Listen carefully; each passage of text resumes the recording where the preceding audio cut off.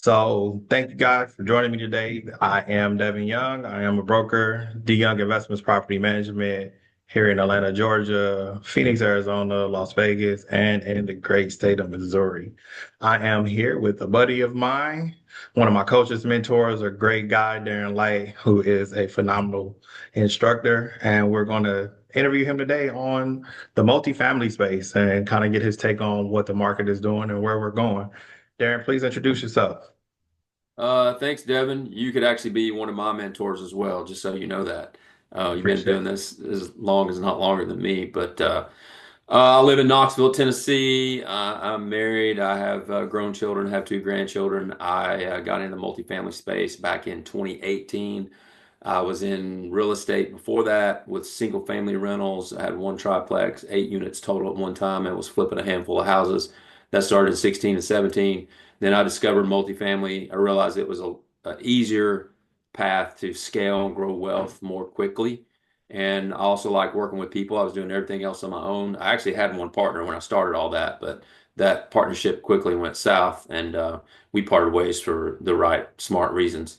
And you learn some of that as you go along. But I got into multifamily in 2018, and then uh, and I joined an education platform to learn how to do that. And about a year and a half later, I actually did some coaching for that education platform as well, and that allowed me to make a lot of connections.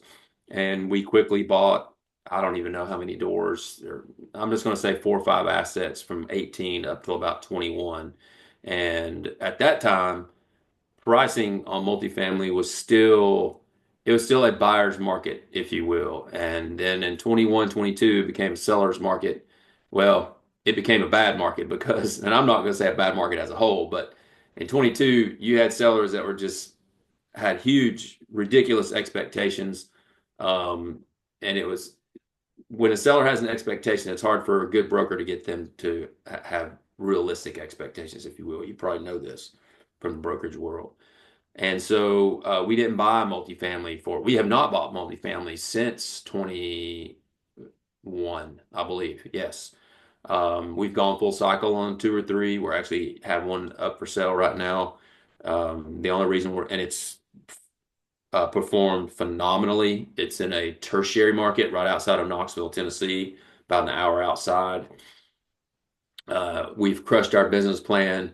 It's a 506C syndication. The only reason we're selling it after 3 years is because the general partnership would consist of 6 people. The split is 70/30, and we've only made our 30% for the last 3 years. We also did some self-management for the first 2 years, and now we've turned it over to third-party management who has done phenomenal for us. But in order for us to really make our payday, we have to either refinance or sell. Uh, we're still considering maybe refinance, even though it is listed for sale, and we're working on a couple of offers. So we have a hurdle in there that if we hit an 18% IRR, which we would on a sell or refi, if we get the right number, we will then take profits 50/50 with the LPs. So that's kind of where we are in that side. And sometimes you just have to do that in order to make your own money. We could hold it and refi. Uh, and that's still a possibility, sitting there on the edge if we don't sell for the number we want to, because we do have a phenomenal seller finance note at 3.5%, 8 year term for 30-year AM. It's hard to let go of that. So our underwriting and projection and agreement, if you will, not promise or guarantee, is was an 8% pref for our limited partners. However, uh, 6 months into the opportunity, we started paying them 12, and we've paid them 12 monthly ever since. So very few people are getting that opportunity in multifamily these days. I say all that to say that we are actively looking at multifamily again. And since 22, it's not that we weren't looking at all. We'd look at something occasionally that came across our desk, especially if it was in an area where we already had property and we knew the market. But we concentrated more on operations and being more efficient and helping our third party management to be more efficient and to just be ready when the market, takes a change or pricing comes down a little bit. I am a firm believer in you can't let the market dictate all the time when or what you buy. At some point in time, if you're looking at hundreds of deals, which you have to, one will make sense, but you've got to be the one that's willing to pull the trigger, or you've got to be going direct to seller and they're not talking to anyone else. You got to be able to be creative. So I don't, people say, well, did you time the market or should you time the market? I'm not a believer in that. Things still, if the numbers work, the numbers work no matter what the market's doing, right? Or maybe you're in the wrong market. Maybe Knoxville was great since 13 to about 22, and it's not now, which is not true. It's phenomenal now, but sometimes you have to pivot and be able to go somewhere else. So I still believe in the asset. What I love about it is, it's a natural need for everyone. They have to have a place to live. It's a hard asset.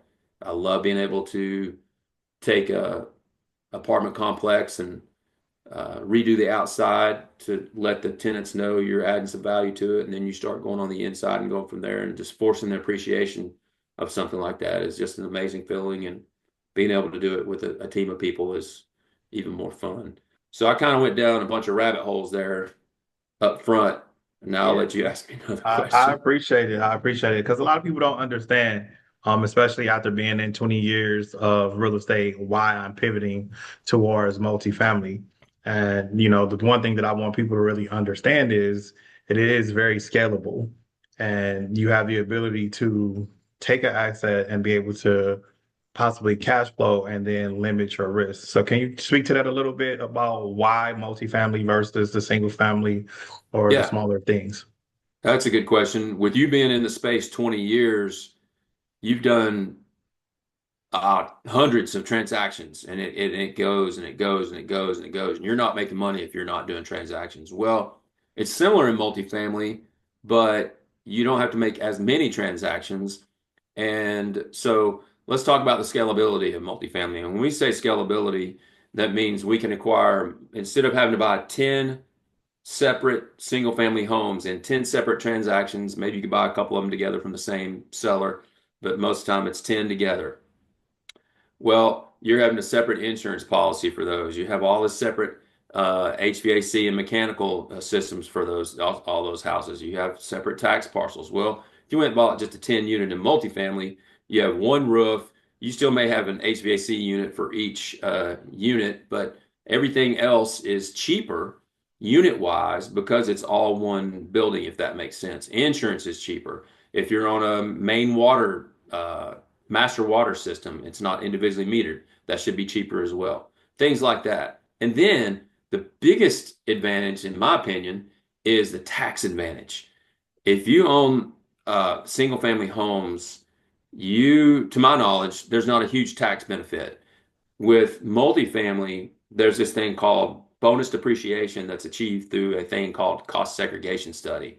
And instead of having to wait, don't hold me to this, I'm not a CPA nor an accountant nor a cost segregation engineer. Um, Instead of having to wait, I think it's 27 and a half, 29 and a half years or something along those lines to get all your depreciation Yeah. for a single family home, you get it all, you get bonus depreciation, and you mostly get it in year one of ownership. And so if you're taking down a multi-million-dollar opportunity and you need an investor or two, and let's say you found it, you found the deal, let's just say it's a 10 unit and it costs you a couple $1 million. It's pretty expensive for a 10 unit, but it works in a certain market. And you've only got 100K or something to throw at the deal, but then you've got a couple of other buddies who are millionaires who can throw three, four, 500,000 at it at a time. Well, the one thing you can incentivize those investors with is you can actually, and this is kind of going off another tangent, but instead of if they gave you $500,000 and they gave them 25% ownership over the 10 units, you would do a cost segregation study, and they would give you an initial estimate of what you can save on taxes with the bonus depreciation. You can actually show this number to them. You can say, "All right, Bob, I'm giving you 20. You're going to get 25% worth of equity for the 500,000 you gave into the deal, and it looks like we can save." $600,000 bonus depreciation in year one. You're going to get 25% of that, and that'll go down to the bottom line of your taxes.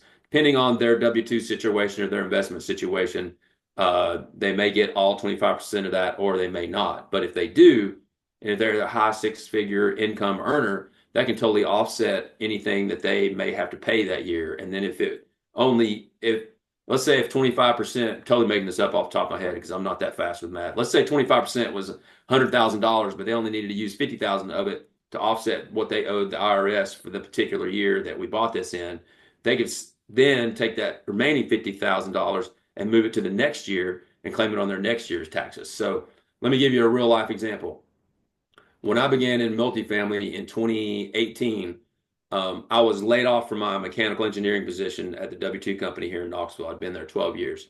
And the blessing of that was I didn't have to make that decision for my own. And I was already in real estate and knew what I wanted to do. I had been laid off in my prior career 15 years before that when I had small kids. And at that time, I was just working for the man and didn't know what I was going to do. And I was fretting it at that time, right? I got another job in a month. Life worked out well. God bless me. So, but this second time, older, different stage of life, it was like a weight was lifted. And I knew exactly what I was going to do. So I busted up my 401k, sold all my stock options in the private company here in Knoxville, had a big chunk of change, and I threw it all at multifamily. Well, for 2017 taxes, I had to pay $9,000 because I took all those penalties, right? People might say, why did you just roll it over self-directed? I'm like, because I didn't know that existed and I didn't care. I just wanted to get the money, right? Here we are. Um, so then for 2018, 19, 20, 21, 22, 5 years of those 5 years in a row, I paid zero in federal taxes, all due to bonus depreciation through cost segregation studies through the multifamily properties that I and my partners acquired. In 23, I had to pay $1,000 because I had flipped 3 or 4 houses that year on top of all my other stuff. So you're paying self-employment tax on those flipping houses, and it might have put me in a different tax bracket too that year. I don't remember. So in 23, I paid 1,000, and then in 24, I should pay zero again. So that's the beauty. I know a hard money guy in Northeast Tennessee that lends thousands of dollars to house flippers a year. He makes $25,000 a month in interest. That's his income. He has nothing to offset it. I have begged this guy. If I've begged him one time, I've begged him 100 times.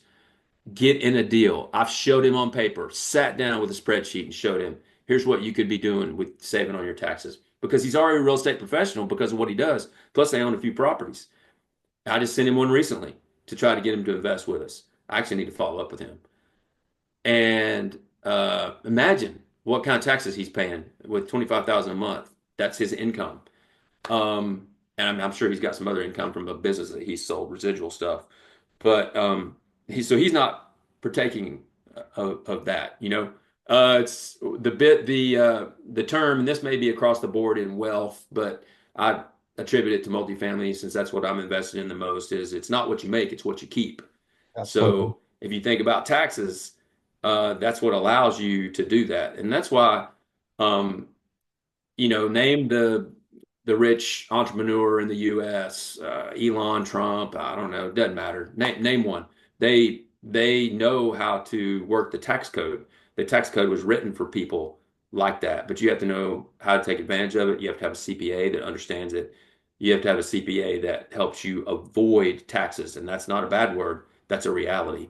Um, so I think, and it also still goes back to, well, the one thing I like about multifamily that you can't really do with single family houses unless you own an entire block or two, and you can do that, but you're able to create communities. You're able to take a rundown 10-unit apartment complex building that we've been talking about, for example, and the 80-year-old man has taken every bit of cash that he's made from it and spent it on his vacations in Florida for the last 50 years, not put any money back in there. He's got problems inside every single unit that he doesn't know about because every time the tenants requested help in the past, they never got it, and they just don't ask anymore. And this is a typical scenario, what I'm describing. You buy something like that, hopefully direct seller, get great financing terms, educate that old man on, hey, if we do it this way, you don't have to pay taxes on it right away. You have a big lump sum, we'll pay you over time, and then eventually we'll just pay you off.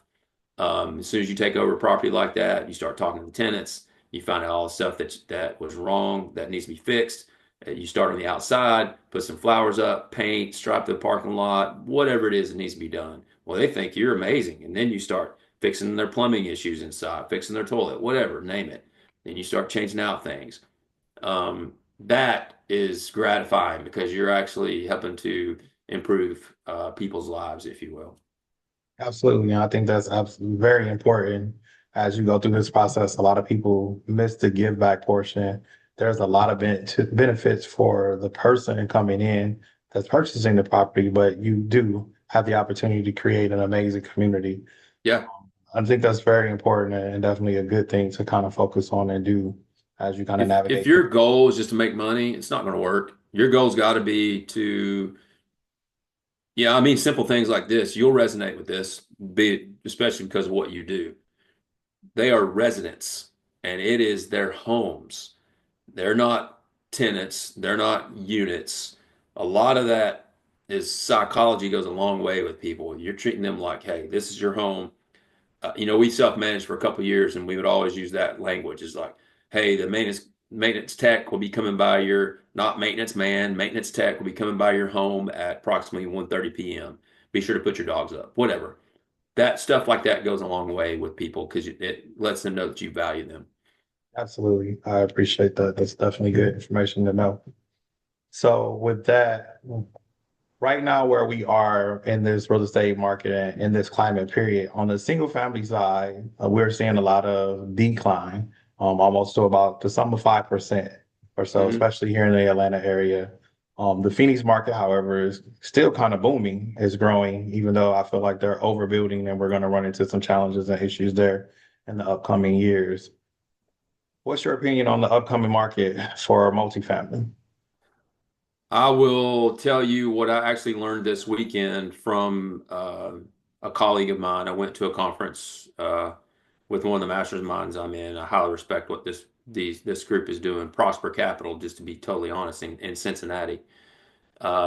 We were looking at some data that they had gathered, and to your point, oversupply is happening. Absorption is slowed down, especially in coastal areas and metros like Atlanta, right? Um, and I had also heard, and I know you told me this, but someone else, and I think I might have read this as well, but there are some places like Phoenix, which are bigger metros, which don't seem to be slowing down. Take Knoxville, for example. Knoxville is considered a secondary market. It's not slowing down at all. They can't build enough fast enough because people are moving here, coming from other areas of the country, several areas of the country, not just one. Tennessee, for example, has no state income tax, good schools, 4 seasons of the year, but yet it's not frigid cold. You can get to the beach in 6 to 8 hours, whatever. You have mountains as well. Quality of life, has a lot to do with it. Mainly landlord friendly state, conservative, all that stuff plays a big part in it. Um, yeah, I think it is very market specific as far as oversupply and absorption. Even Florida, if you want to say year over year comparison, there are deals to be had down there right now in single family and Airbnb and short-term rental space. The hurricane helped not helped. That's a bad word to use, but it's actually true. Helped create that, unfortunately. Some damaged homes are being sold pennies on the dollar. People are just saying, I'm getting the heck out of here. I can't do this again after the third or fourth hurricane of their life, situations like that. And then part of that Gulf Coast just got decimated, but I've seen it in Florida. To your point, it's going on in Atlanta.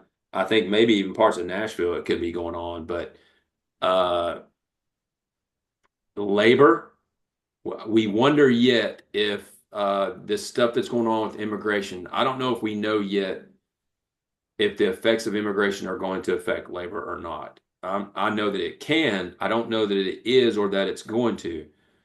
Can those be filled in? Maybe. I don't know. I don't know that we've seen the effects of that. I'm not the economist either, or keep my pulse on that, if you will. But that was part of the discussion this past weekend as well.